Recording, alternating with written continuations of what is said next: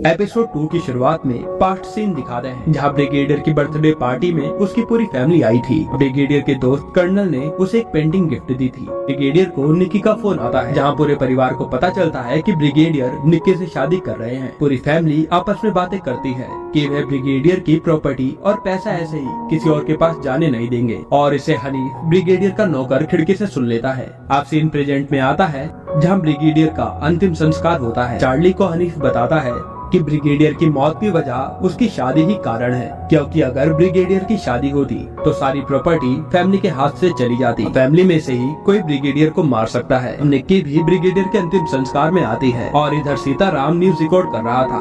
तभी चार्ली गुस्से में सीताराम का फोन पानी में फेंक देती है। मिसेज निक्की जो कि ब्रिगेडियर का B&B गेस्ट हाउस संभालती हैं, वह चार्ली को बताती हैं कि ब्रिगेडियर काफी खड़ूस थे। उन्होंने एक बार मिसेस भरूचा के पोते को फॉर्नर को स्किल सिखाने के लिए पैसे लेते पकड़ा और उसे काम से ही निकाल दिया। मिसेस नेगी चार्ली को एक गेस्ट को खाने पर बुलाने को बोलती हैं, जो कि सीताराम था। चार्ली सीताराम के पास जाकर उसको फोन के पैसे देती है और सीताराम से ब्रिगेडियर की पोस्टमार्टम की रिपोर्ट देखने के लिए कहती है, पर सीताराम चार्ली को मना कर देता है। फिर चार्ली मिसेस नेगी को मिस्टर नेगी के हाथ से सोने का नेकलेस देते हुए देखती है, जिससे चार्ली को उन पर शक होता है। जिसके बाद चार्ली को पता चलता है कि मोहन रावत उस रात मनाली में ही थे और फिर चार्ली मिसेस भरूचा से दोबारा मिलती है, जो कि चार्ली को ब्रिगेडियर के बारे में कई सारी खुफिया बातें बताती हैं कि विलायत हुसैन नाम की लेडी जो कि वसीमा की मां है, वह 5 साल पहले लखनऊ में रहकर सोलंग वैली आई थी और उसकी बेटी की आंखें ब्रिगेडियर से काफी मिलती हैं और ब्रिगेडियर की ड्यूटी भी कुछ साल पहले लखनऊ में ही, तब वसीमा ब्रिगेडियर की बेटी हो सकती है। सही विलायत हुसैन के बैग पर एरोप्लेन के स्टिकर से पता चला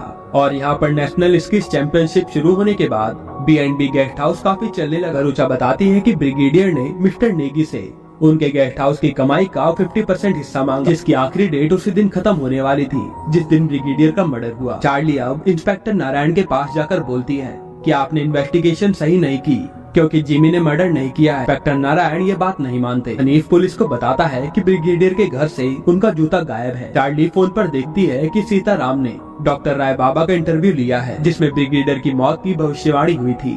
तभी वहाँ एकदम से चार्ली का हैंडबैग एक चोर लेकर भाग जाता है। चार्ली अब सीधा सीताराम से जाकर मिलती है और सीताराम चार्ली के साथ हाथ मिला लेता है क्योंकि चार्ली एक फेमस लड़की थी और सीताराम को सनसनी न्यूज चाहिए थी। के बाद चार्ली कर्नल बरुआ के पास जाकर बात करती है। इधर निक्की जो ब्रिगेडियर की होने वाली बीवी थी, वह कर्नल से स्किल्स लेकर बर्फ में स्कीइंग करने जाती है, जिसके थोड़ी देर बाद ही निक्की का एक्सीडेंट होता है और निक्की और उसका बच्चा मारे जाते हैं। चार्ली अब निक्की की स्किल्स देखती है तो उसे पता चलता है कि निक्की के स्किल्स के नट बोल्ट वहाँ से निकले पड़े हैं और ये भी एक मर्डर है। यहीं पर एपिसोड 2 खत्म हो जाता है।